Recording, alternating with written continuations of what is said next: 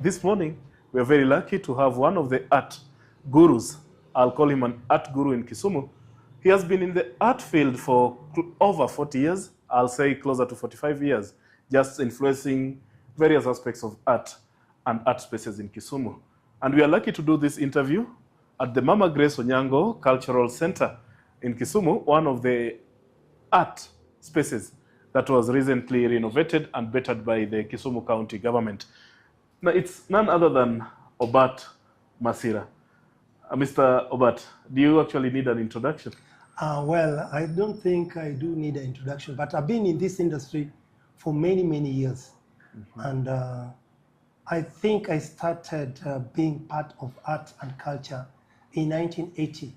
That is when we realized that as young people, we could also influence the society. So the space that we are using, we used to frequent to this place.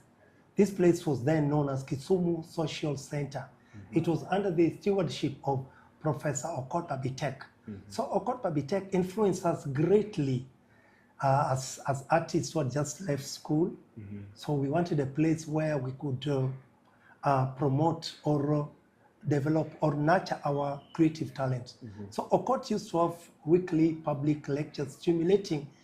It was used to be called stimulating intellectual discourses, where we would invite celebrities in terms of literature, people like Chinua Achebe, Wole Soyinka, Ali Mazrui, Taban Loliong, David Rubadiri, and the likes. So Kisumu became the hub and the epicenter of arts and culture, and actually it also became the cultural center of East and Central Africa. So at that point of time, we had a lot of interest in creative writing, myself. Then we also had budding artists. So we assembled ourselves in 1980 under my stewardship, and we were able to bring in young writers. Some of them eventually became journalists, people like Warambo Wino Sibur, Amos Ononyata, Amos Marenya, Lumumba. We had quite a number of people. So then we found an organization known as Ramogi Writers and Drama Society, of which I was the director. And at that point of time, we focused mainly on creative writing, short stories, poetry, and then performing arts. So the same time, when we founded this organization at this space, we decided that we wanted to do what Professor Obat Babitek used to do. He had already left for Nigeria, and we thought that the best way to do this was to come up with a cultural festival, which we named Ramogi Cultural Festival. So within that, we decided also to write to a number of stalwarts, professors, doctors, to come and give a public lecture. And actually, they didn't know us. So we wrote to them, but eventually they honored people like Dr. Tieno Diambo. So after when we had received some responses from great Luo scholars, we decided that we wanted to meet Professor Bethuel Alan Ogot. The custodian of the African, the history. So we used to read about him, but we are told that Professor Ogot and Grace had also left her job as a public relations manager for Air India, and now she wanted she had now invested her energies into creative writing. They had also founded Anyange Printing Press. So we are told that on Saturday morning, both of them are usually at the space. So we went to Anyange Printing Press. Fortunately, we met both of them, and we carried our scripts, the ones that we wanted to be published. We didn't even have money, but we were ambitious. We wanted to come up with something, a magazine, because Ogot actually used to publish a journal, East African Journal. It used to be called Offercast or something like that. Then we approached Grace. Then Grace Ogot read some of those articles. She was impressed. Then she called Professor. Then professor said, yes, this is good, we are going to support you. So they supported us by printing the magazine for us, and they also came and gave a lecture. That is our journey with Professor Ogot, and that is why I was also given an opportunity to give a testimony during his death. But I gave a poetic testimony of our journey from 1980 to date. What do you dream of when you wake up every morning to come to manage this good facility? Yeah, so I was saying that I've been in this space seriously from 1980. I used to be in this space during our secondary school, you know, because here there were debates, there were public debates. We used to participate in public debates. We also used to participate in public tech symposiums. This center was it opened its door in 1960. So this is a space where the European decided to create space for the Africans, where Africans can ventilate creativity. They can also have a space where they could also be used for indoor games and also some entertainment. There used to also be TV and many, many other issues. So, the director of this place then was known as Mr. Manderfield, was a white man, but he had a lot of interest in trying to mentor young creative talent and sporting activities within this space. So after that, then came in the first African director, Ezra Gumbe, who eventually became the mayor of Kisumu. So during that time, Okot was having problems with the president of Uganda through his creative writing. Then Obote wanted to kill him, so he eventually ended up here. Then he was the first African director of the Uganda Cultural Center, Uganda National Theatre. So whatever he wanted to do within Uganda, which Obote denied him from doing, he did it right here. So he did it here, and he transformed this place to be the greatest cultural center in East and Central Africa through its creativity, through writing, through symposium, through interdebate. And then he also used to organize an inter-school debating contest where I would pit Alliance High School versus Maseno, you know. So people like Professor Anyang Nyong'o, Ngugu Athiongo were from Alliance, and you know, so they were also mentored here. This was their space. And you see the names you are mentioning, the Ngugi wa Thiong'o, Anyang Nyong'o. Yeah, there were students at Alliance High School, but they had started writing even when they were students. So basically, so this is now the space that they used to nurture their creative. And then again, there also used to be what is known as Luo East African League students. During that time, there was only one university, that is Makerere University. So these other universities were campuses, Nairobi and Dar es Salaam. Were campuses of Makerere. Makerere. Okay. So the Luos would converge here annually.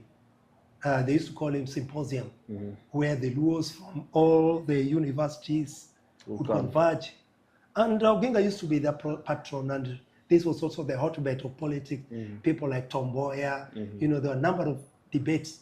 And this center actually played a critical role in elevating the Luos in terms of scholarship, in terms of public speaking, in terms of intellectual discussion, and many, many positive things. So if at all you get an opportunity to speak in this place, you are like an icon. Yeah, you are an icon. Yeah. So the icons maybe might have made it in politics, huh? Yeah, and now the art, you know, this was art. Yeah, Debating, it was art center and many things. It was embodied. It was just a totality. A social center. It was totality. What was the space of art then, and you know, how has the journey been to date? Yeah, art actually, people valued creative expression. Those days, people yearned to be writers of books. That is a time when people emerged like creative writing, you know. And even then, that was also the time of the Luo golden music. The Luo musicians would come up with serious composition, and Luo music dominated the airspace in the entire Africa, from South Africa to Central Africa to South Africa, Central Africa, West Africa. West Africa. It was only Luo music. And even if you go to Zimbabwe, the music is called Kanendo, Songura, and whatever. So I think Okota Bitek played a critical role in terms of creativity and public speaking. Oluch Kanendo promoted music, Luo music, and also was able to get for them markets and to promote them internationally. Even great musicians like Tabule, they would come here to do the recording, courtesy of Oluch Kanendo. So Oluch Kanendo, and he would buy for these artists instruments. So those are here to and then record you and then market you. So these are the people that played a critical role. So in those spaces, people like Kabasele, you are great. Owino Misiani, George Ramogi. You know, these people would come and Kolela Maze. You know, people would come up and with creative classic songs. Then there was the art. The poetry. The poetry, people like, because they were chaperoned by people like Okota Bitek. Serious creative space was coming up. People like Mailu were coming up. People are writing. And those days, people are yearning to put their money into literary space. And then there are also magazines that used to sponsor. They would pay some little, you know, maybe 50 bob, you know, if your article is published. And the media also used to play a critical role. In pushing. Even in terms of, I would say, in terms of letters to the editor. Yes. The kind of letters to the editors, we used to write letters to the editor. Serious, and most of the people who used to write articles were actually absorbed to be in the media. There were openings because these people were very, very serious people. But then later, mediocrity came in. You know, media could just promote anything. Anything. It was just like you know, propaganda machine. Yeah, substance. People started losing substance. So anything. Like even now, when I look at artists, sometimes I don't even see art. There are artists without art. There's no art. The script is poorly written.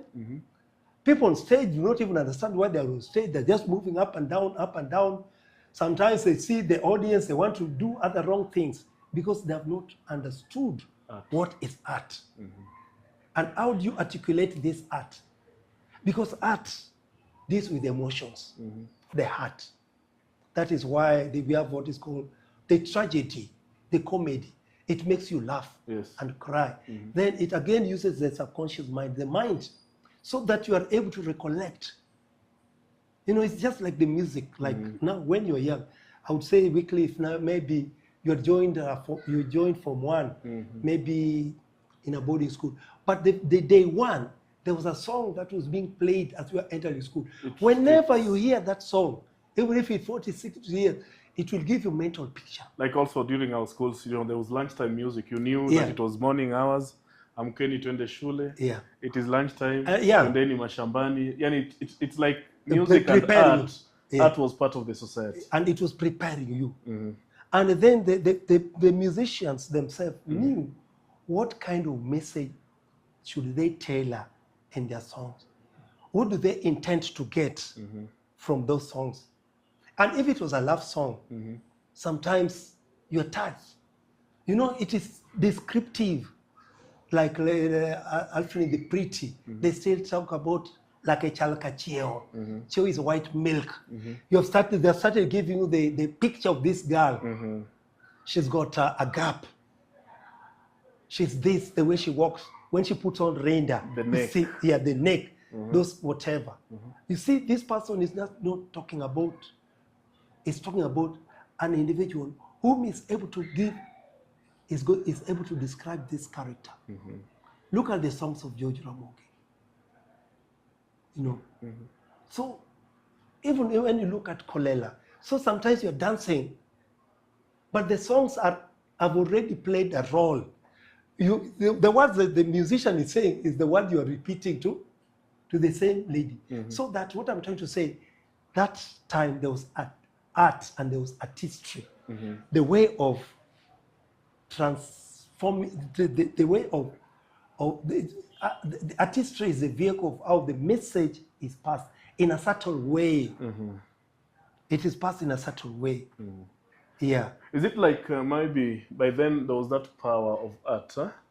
And is it that art has been ignored as an economic activity? Yes. It's perceived to be more of an entertainment or just a poorly attended to thing. Yeah. That is a misconception of the politicians. The politicians have reduced art as a form of entertainment.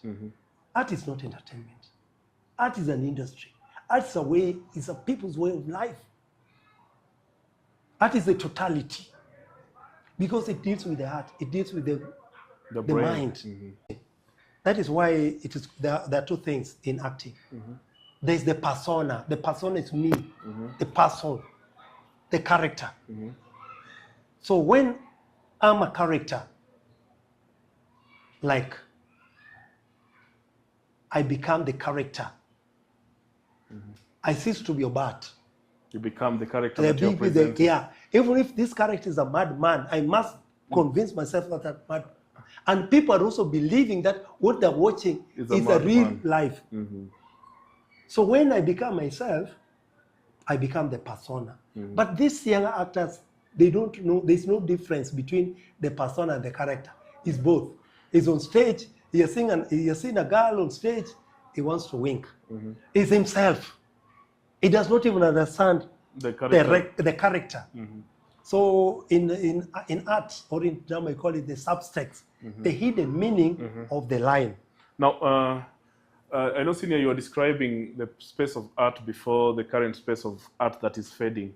You know, what can be done and who can do it to actually restore art to its space? Yeah, thank you very much. I think that is also part of my presentation during the Nyanza conference, the international conference.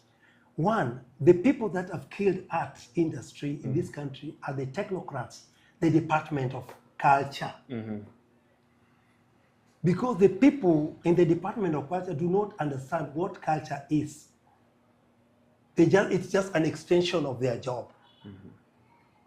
Because they don't understand what is art, what is culture, what is the role of art and culture in the society.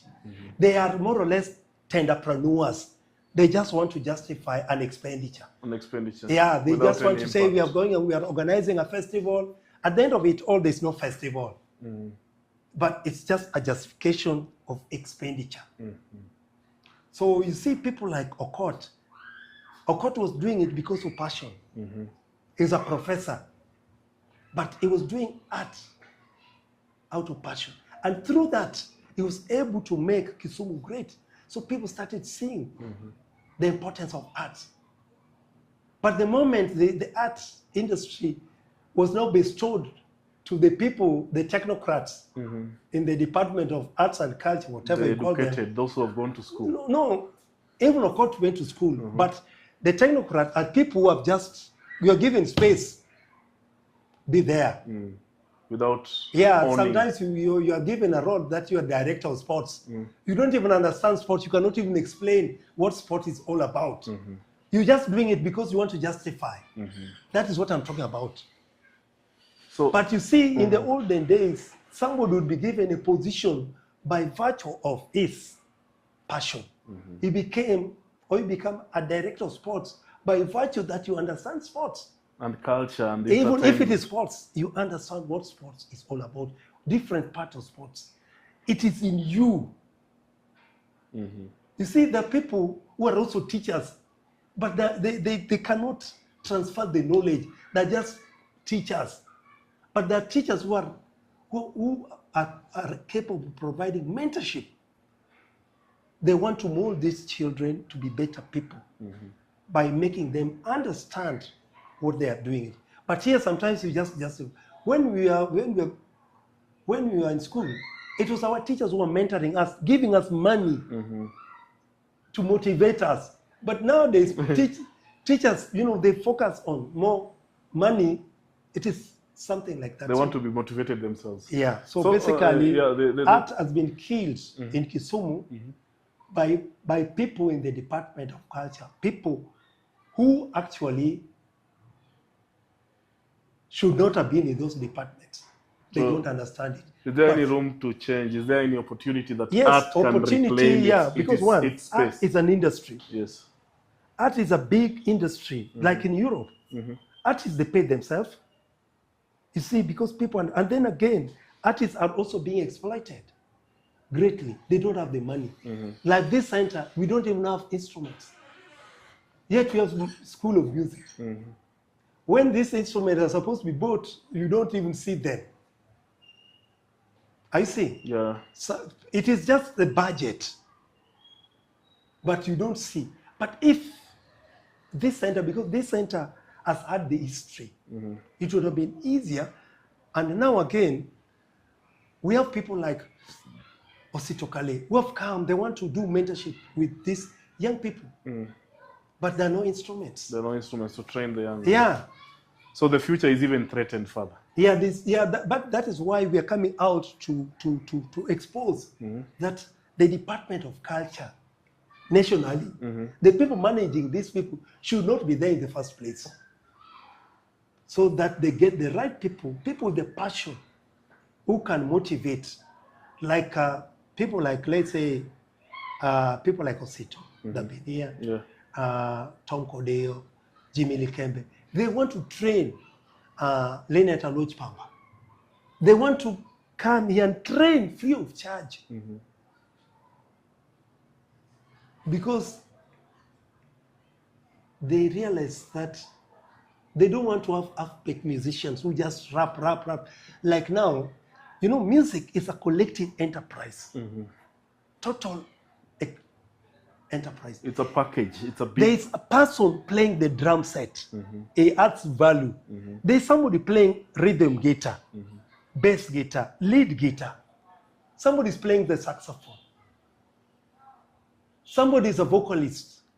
They add value. When you're doing rehearsal, somebody just, you know, would say, let's say, somebody just even, then you get something. It comes out. But these young people, you go to studio, you have a laptop, there is no creativity. You just play with the instruments. That's not music. That's not music. That's not music. Then you pirate sounds. But that one, sound you create by yourself. Originality. Yeah. You sit together, and that's why there's a rehearsal. Somebody listen to your music.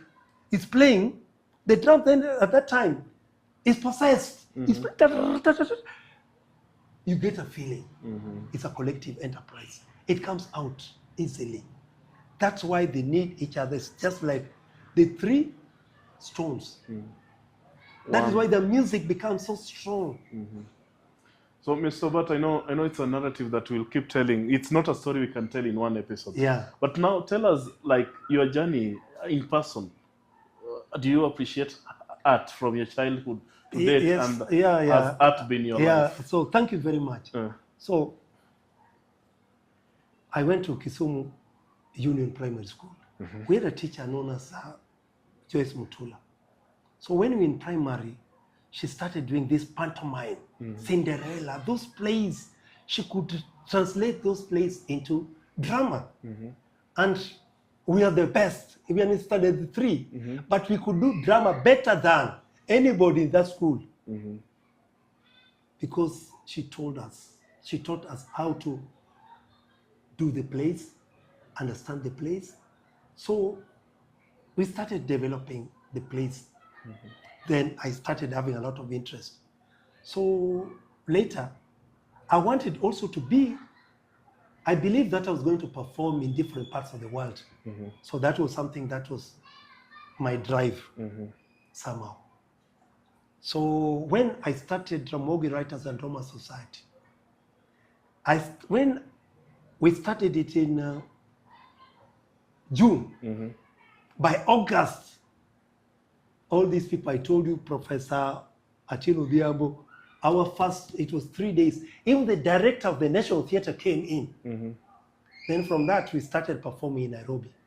I started attending training at the Goethe Institute. So whenever there were people coming, then again, in 1983, I was part of the 10 Kenyans selected to undergo intensive theatre training in the United States. courtesy of what I was doing here. So then when I came back, the British Council sponsored me to go and do my first drama production in England, Birmingham. Then in Birmingham, I met the mayors. Then we started what is called Kisumu Cheltenham Exchange Program. I started taking people from Kisumu to England. And so many people started from a small premises. It started from artists, teachers, both primary schools and secondary school, you know. So then I've had the opportunity of performing in different festivals. Then in the 80s, I was a visiting artistic director in England. I was teaching African theatre in Birmingham, Bristol, London, Cheltenham, Stroud. Then I went to Cardiff. So I started performing in different parts of the world. So I've been one of the beneficiaries. Then 2007, we were selected to go and represent Africa during the World AIDS Conference in Toronto, Canada. Opening and closing ceremonies. Then I've been invited a number of times by Kenyans based in the Northeast America, that is from New York to Pennsylvania, New Jersey. So last year, I went to the United States, courtesy of the Kenyans in the Northeast. So basically, the purpose was to start an exchange program between Kisumu and Pennsylvania. You know, some artists at times you ask them, you know, where are you performing next? Where are you going next? But maybe what is your dream of even the exchanges next? Yeah, that's what I want to say. So basically, I was invited to see if I could facilitate an exchange program. The same people who invited me are the same people have been inviting people like Johnny Jr. Or Musa Juma, you know, to perform. But this time round, they decided that they should invite somebody from art, but different type of arts. So they chose theater. So I was there. So while I was in Pennsylvania, I was staying in a place called Allentown. So I was taken to the mayor of Allentown. I met the mayor of Allentown. Then again, I was also invited to another forum of the Africans. But these Africans are based in New York. So they said, hey, what you came to do in Pennsylvania, we want to take you to New York. We want to take you to the office of the mayor of New York. That's the mayor of New York. Okay. Yes. So I was invited to the office of the mayor of New York to talk about, I'll show it to you. Then in the process, this was Africans. So now they're saying, is it possible to get some talented young people who could also come and showcase their talent? So I thought about it. Then I went to Migosi Primary School and accepted. So the problem again now is the Trump. So now people being exported. Going to America becomes a problem because Migosi should have been performing in New York in the month of June. Then they were also supposed to go to Pennsylvania in the month of August. There's a big festival in Pennsylvania known as Bethel Music Festival.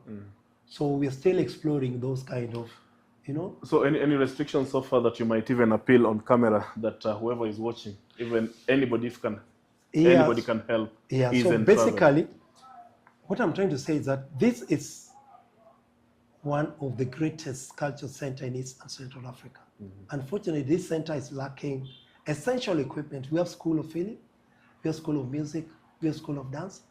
We'd want to appeal to people who may be willing to support us acquire film and music equipment.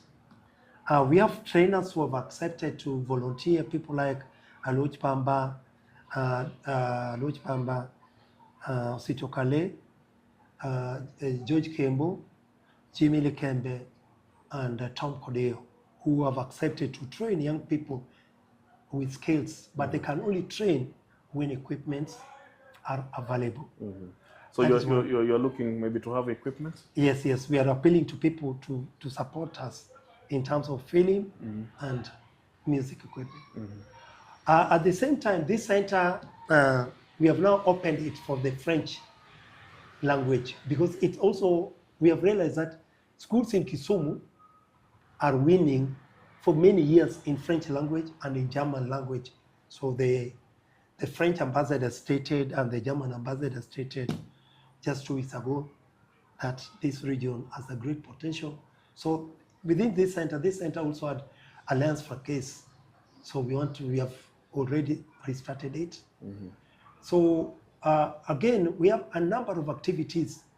Like I've been communicating to the Kenya Diaspora Alliance, which is also headed by Dr. Shemo Chodo. And they've stated that they want also to support us in one way or the other. And we are also talking in terms of exchange program, so that we could be able to take artists, serious artists, to showcase their talent in the United States, particularly in New York and also in Pennsylvania, in Allentown. So we have somebody known as Ben Oguche. Ben Oguche has been involved in promoting new music in England. He has taken all these people to the United States. Yes. We have children of Kolela who are just based there. A number of, every year they take musicians to go and perform. So there's that opportunity. Yeah, there's that opportunity.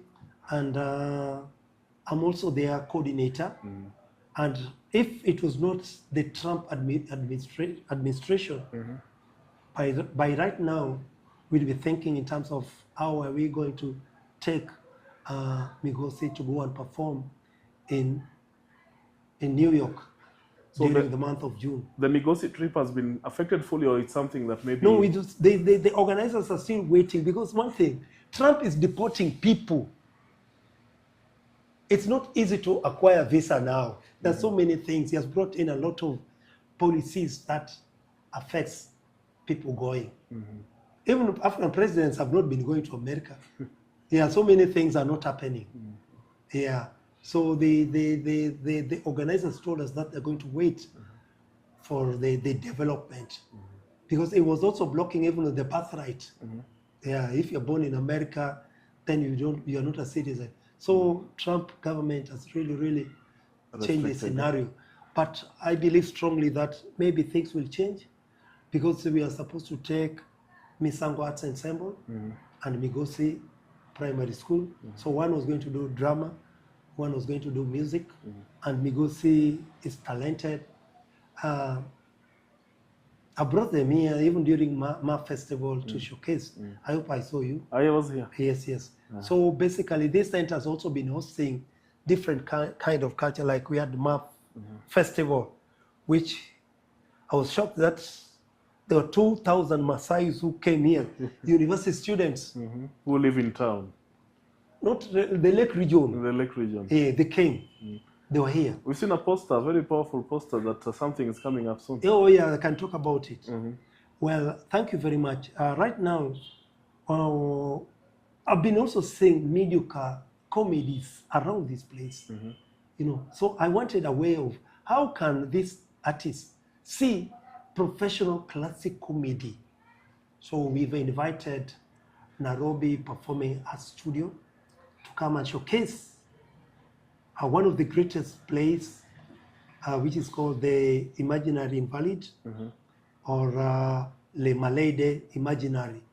This was written by one of the greatest world writers, Moliere. So it was in French. It was written around 1673. So it's a very powerful production.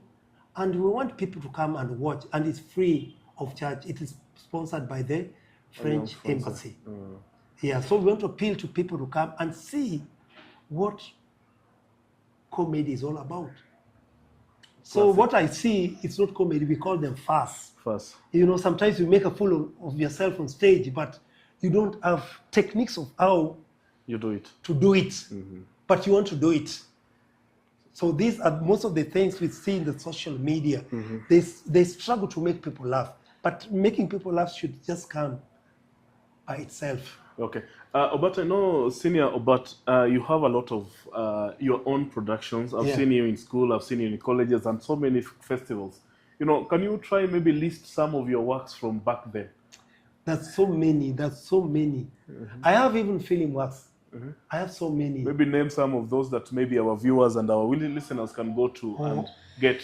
Yeah, some of them may be getting, some are not published. Yes. Well, one play that we did, which is known as No Retreat, No Surrender. This play we did it in Uganda National Theatre for a week. We also did it at Uganda Development Cultural Festival. Those days we would go to Uganda, perform for a week. Then we move using a Kamba to Dar es Salaam to Bagamoyo. You know, the month of, there used to be what is called Bagamoyo Art Festival. So we start with Uganda Development Festival. After that, we move to, then these are some of the places we've gone to, nearly all the universities. We've done quite a number of plays. So again, 2006, this play was presented in Canada, Toronto, Canada, during the World AIDS Congress. Yes, No Retreat, No Surrender. No Surrender. Are there any other poetic works? No, we've done that. I've been invited to a number of festivals. You can even see here, this is a World Talent Center. We have even the machine that can detect the talent of children 20 to 30 years in advance. I've been to World Poetry Festival in Venezuela. I've been to World Poetry Festival in different parts of the world. I was also the first people from East Africa to participate in Obat Festival, that is World Festival of Arts in Bristol in 1986. You know, I've participated in different world festivals. So many. So many. Nationally, you can't even list No, whatever you've done in Kenya. we started nationally, we're talking about 80s. So 90s, we were moving out. 80s, we also performed. I directed a play in England for the first time, known as Shanties about apartheid, 1989. Already, I was one of the first Kenyans to direct play in England from Kenya. Yes. Then 86, I did Muntu in England. So, Mr. Obat, am I right to call you maybe a silent general leading a revolution through art? Yes, because, yes, all my productions have been very revolutionary, and we used to have a problem with Moi. We used to have a lot of problems because most of my plays actually are totally different plays. The style is also different. Yes, so like when we were invited to England in 86, the government blocked us from going, but I managed to go. So how did you go? Well, there are ways of how we were invited. We are sponsored by the Commonwealth Foundation. The same Commonwealth Foundation sponsored Google Theory in England. So those are some of the problems. So we are sponsored by the Commonwealth Foundation, British Council, St. Philip's Project. So that was in Birmingham, 1984. Are you saying that it has not been easy? It has not. No, it has been no this kind of drama. We are not doing drama for money, but we're just doing it for interest. And I've gotten different platforms that most people have not gotten. We had a problem every time you are in police custody, every time you are in the cell. There are so many things. You know, at certain point, Solabo would also be assisting me. You know, you go to court. You know, it was difficult because our interest was not to make money, but we are using it as a platform for change, to conscientize people, to make people realize that the system they're living in is a bad system. So I know you have a good profile. You have a powerful. You are a person. You are in art. Huh? Yeah. There's no time the Nyanza, the African, the Kenyan art will be discussed without the name of Obat Masira. Yeah. So I know to our viewers, it has been a quick first interview with the guru. I'll call him the guru. I called him the silent general who has been doing a revolution through art. And it is at this point that I will actually promise our viewers that we are going to have a second part of this interview, where now we'll be looking at the actions, the things that are happening, the actions within the gallery center, you know, the upcoming show. All these things is what now we'll be bringing to you viewers. Mr. Obat, I know you have one, maybe a poetic line or one song that every time, you know, keeps you going. Will you maybe perform it briefly for the sake of our viewers across the world? Some things we know, some things we do not know. Whence we came, we do not know. Whither we go, we do not know. But these things we know. Long the journey, not always easy way, but we are here for a brief sojourn while we prepare for the road ahead. That was Muntu, which I did in England in 1986 as Muntu himself and also as the director. So I co-directed a play. I mentioned to you that I was a visiting artistic director. In Bristol, I was directing a group known as Art Opportunity Theatre in Bristol. So we did that with them.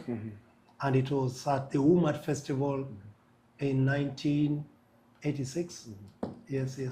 And, you know, I've gotten the line that we are here today and we might not know what will happen tomorrow, but Obat knows what shall happen in the art sector, and we are hopeful that, and I know what will come next. I know that we'll have another interview with the guru, because this part one only is not enough. We've been coming to you from Mama Grace Onyango Cultural Center in Kisumu, and as we've said, we are trying to bring you stories, we are trying to bring you issues, profiles, and incidences that actually touch on the common mwananchi. Till next time, this has been Brother Benson TV, live from Kisumu. Please remember to follow us. Remember to follow our X account. We have a Facebook account. We are on Instagram. We are on YouTube. But are you on any social media platform? Yes, I am. You are the on only Facebook. one who will share your account. Well, one is Obat Masira, Facebook. Yes, I think even WhatsApp.